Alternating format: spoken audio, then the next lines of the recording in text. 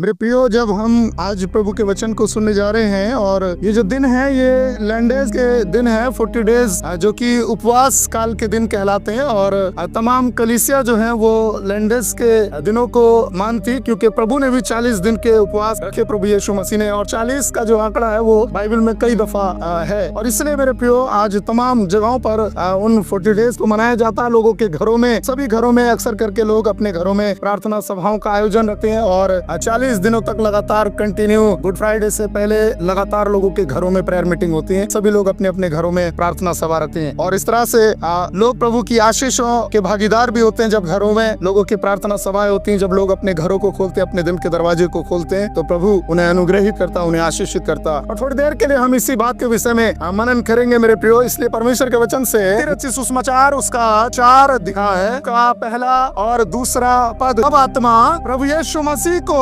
जंगल में ले गया, जिससे कि वो इब्लीस प्रभु की परीक्षा कर सके। और ध्यान से सुनिएगा, वो 40 दिन और 40 रात ने ना तो कुछ खाया और ना कुछ उसने, मेरे प्रियो, 40 दिन 40 रात वो निराहार रहा, अर्थात उसने कुछ भी न खाया और न कुछ पिया। और ये 40 दिन इसलिए नहीं है कि वो प्रभु वहाँ परीक्षा के लिए गया है, ये 40 दिन इसलिए है क्योंकि मेरे प्रियो, वो 40 दिनों के अंदर वो तैयारी कर रहा है उस दिन के लिए जब प्रभु अपने आप को कलवरी क्रूस तक ले जाने वाला है। और उससे पहले अपने आप को उसने तैयार किया है पूरे तौर से। मेरे प्रियो, हम इन 40 डेज के बारे में बात करते हैं कई बार मेरे प्रियो, हम अपने जीवन को इस संसार में बिताते हैं और कई बार हम कभी फ्राइडे का और कभी बुधवार का हम उपवास रखते हैं। लेकिन आपको मालूम है, जब हम उपवास रखते हैं तो क्या वास्तव में हम अपने आप को तैयार करते हैं उस काम के लिए, उस योजना के लिए जो योजना परमेश्वर ने आपकी जिंदगी में आपके लिए रखी हुई है। इसलिए नहीं तैयार कर पाते क्योंकि हम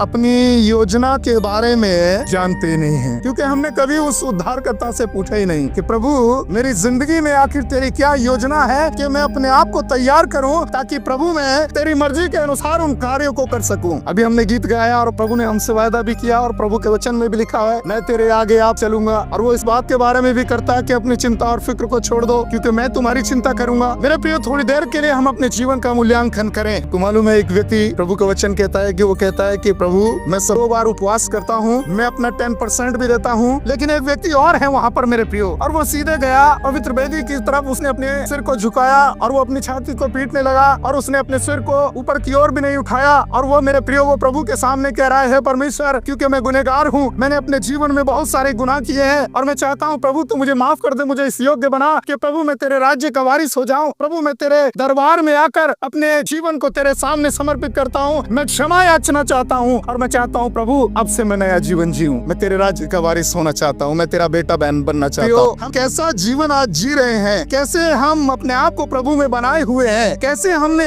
उन 40 दिनों को भुला दिया जिस 40 दिन में प्रभु यीशु मसीह ने अपने आप को तैयार किया। और ये तैयारी इसलिए है कि उसने अपने आप को तैयार किया, हम भी अपने आप को तैयार करें उस स्वर्ग राज्य में जाने के लिए। अगर आपकी तैयारी नहीं होगी, अगर मेरी तैयारी नहीं होगी, चाहे वो पास्टर हो, चाहे कलीसिया का मेंबर हो, चाहे नया विश्वासी हो या पुराना मसीह हो, मेरे प्रियो, वो परमेश्वर के राज्य में प्रवेश नहीं कर पाएगा। और सिर्फ एक ही बात होगी, तब प्रभु कहेगा मैं तुम्हें नहीं जानता, क्योंकि मैंने तुम्हें अवसर दिया कि अपने आप को तैयार कर लो, लेकिन तुम तो बिना तैयारी के मुझे मिले। कई बार लोग कहते हैं कि अभी तक प्रभु यीशु मसीह नहीं आया, अभी तक प्रभु यीशु मसीह नहीं आया। आपको मालूम है क्यों नहीं आया? इसलिए नहीं आया क्योंकि मैंने और आपने पूरे तौर से अपने आप को तैयार नहीं किया। उसने तो हमें मौका दे दिया, लेकिन जब हम अपने आप को तैयार कर लेंगे, वो बिल्कुल भी देर नहीं करेगा, पलक झपकते ही मेरे प्रियो, मेरे और आपके बीच में वो आ जाएगा। अगर कोई अमेरिका में होगा तो वहाँ भी प्रभु को देखने पाएगा, अगर कोई यहाँ होगा तो यहाँ भी प्रभु को देखने पाएगा। हम कैसा जीवन जी रहे हैं। प्रभु तो बपतिस्मा होते ही चला गया उस जंगल में 40 दिन और 40 रात। मैं ये नहीं कह रहा हूँ कि आप रखो 40 दिन और 40 रात उपवास, कम से कम आप अपने दिल का उपवास तो रख सकते हैं, अपने दिल को तो परमेश्वर के साथ में जोड़ सकते हैं। अगर आपने अपने दिल का संबंध प्रभु के साथ में नहीं रखा तो मेरे प्रियो, शायद हम यहीं पर छूट जाएंगे और प्रभु के राज्य में हम कभी प्रवेश न कर पाए। लेकिन जैसे ही हम प्रभु के साथ में जुड़ जाते हैं, जैसे ही प्रभु के साथ हम मिल जाते हैं, मेरे प्रियो, प्रभु का वचन कहता है वो पेड़ है और हम उसकी, अब ये डाली अलग होने वाली डाली नहीं है, उसके साथ जुड़ने के बाद ये डाली फलवंत होने वाली डाली। ये डाली इसलिए फलवंत होगी क्योंकि इस डाली ने अपने आप को तैयार किया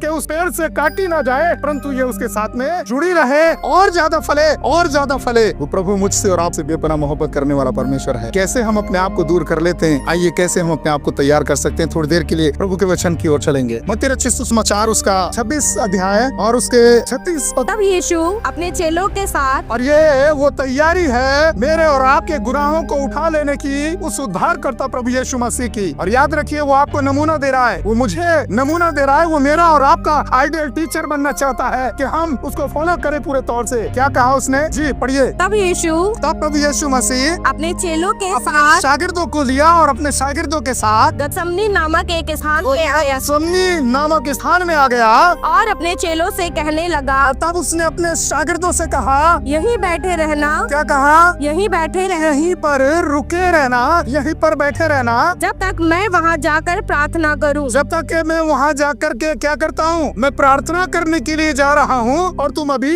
यहीं पर बैठे रहना। मेरे प्रियो, वो उस स्थान पर गया और उसने अपने आप को नीचे झुकाया, उसने दंडवत किया और नीचे सर झुका करके वो वहाँ पर प्रार्थना करने लगा। और जब वो प्रार्थना करने लगा, 40वें पद को पढ़िए जरा, क्या लिखा है 40 पद। फिर उसने चेलों के पास आकर उन्हें प्रार्थना करने के लिए गया, वहाँ से चेलों के पास फिर वापस आया, और फिर वापस आने के बाद क्या देखता प्रभु जी? उन्हें सोते पाया और कहा कि तुम यहाँ पर बैठे रहना, जागते रहना, प्रार्थना करते रहना। मैं वहाँ प्रार्थना करके आता हूँ, और यहाँ पर ये लोग क्या कर रहे हैं? क्या कर रहे हैं लोग? सो रहे हैं। कैसी तैयारी है मेरे प्रियो? कैसे हम प्रभु के राज्य में पहुँच पाएंगे? कितनी बार हम अपने जीवन में प्रार्थनाओं को अहमियत देते हैं, हम कितनी बार प्रभु के चरणों में आते हैं, कितनी बार हम प्रभु के वचन को खोलते हैं। वो वचन जो मेरे और आपके लिए देहधारी हुआ, वो वचन जिसके द्वारा इस समस्त ब्रह्मांड को बनाया गया, मुझे और आपको बनाया गया, हम कितनी बार उस वचन को अहमियत देते हैं और कितनी बार उसे खोलकर हम पढ़ते हैं। जिस वचन के द्वारा इस संसार को बनाया गया वो कोई और नहीं है मेरे प्रियो, वही प्रभु जो अपने शागिर्दों को वहाँ लेकर के गया। लिखा है यूहन्ना रचित सुसमाचार उसका 1 अध्याय और उसके 14 पद को निकाल करके पढ़ दीजिए जरा, क्या लिखा है वहाँ पर? और वचन देहधारी हुआ, और वचन देहधारी हुआ, वो वचन जो देहधारी हुआ मेरे और आपके लिए,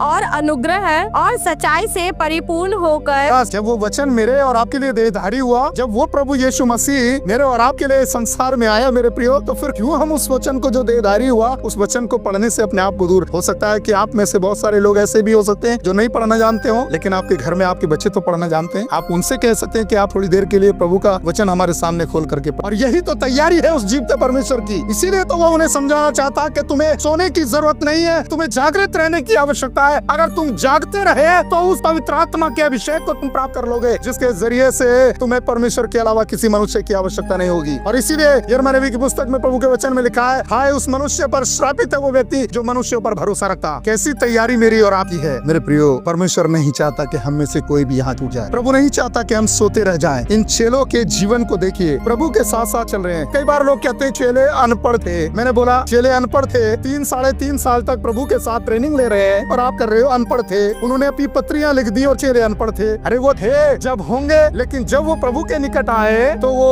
उनको प्रभु ने स्वर्गीय एजुकेशन से भर दिया। हालेलुया। आप मत कहिए कि हम में से कोई अनपढ़ है, हम नहीं पढ़ना जानते। मेरे प्रियो, प्रभु चाहता कि आप में से हर एक व्यक्ति प्रभु के राज्य के योग्य हो, प्रभु के सामने खड़े होने के योग्य हो। और ये तैयारी के दिन है, और इसलिए अपने आप को तैयार करना है। जागते और प्रार्थना करते रहो कि वो घड़ी तुम पर ना पड़े। ना पढ़िए, चेलों के पास आकर उन्हें सोते पाया। क्या क्या पाया? बिल्कुल सही कहा। आज गहरी नींद में लोग सो रहे हैं, लेकिन अगर आज पार्टी कहीं पर हो ना, तो लोग इतनी जल्दी जाग जाते हैं, पूरी रात नींद नहीं आएगी। डीजे वाले बाबू मेरा गाना सुना दो ना, उस पर बड़े ठुमके लगते हैं, बड़े डांस करते हैं लोग। अरे यीशु मसीह के गानों पर डांस कर लो। क्या यीशु मसीह के गानों पर आप नाच नहीं सकते? हम ऐसे सो रहे हैं कि हमारे जवान बच्चों ने आज अपने वस्त्रों को उतारना शुरू कर दिया। आपको मालूम है, आपको बुरा लग रहा होगा शायद, लेकिन मैं सच बताऊं, इससे पहले कि वो दिन हमारे ऊपर आ पड़े और हम सोते हुए पाए जाएं, अपने जीवन को चेंज कर लें, क्योंकि यीशु मसीह ने अपने आप को कलवरी क्रूस पर ले जाने के लिए तैयार किया पहले। इसलिए आपके लिए तैयारी का दिन है। अगर तैयारी नहीं पाई गई और आपको एज इट इज पाया गया, तो फिर प्रभु आपको ले जाने वाला नहीं है। परमेश्वर का वचन कहता है चेले सोते हुए पाए गए। हाँ, बिल्कुल सही कहा। अकेली से सो रही है जी, पढ़िए। और पतरस से कहा, और तब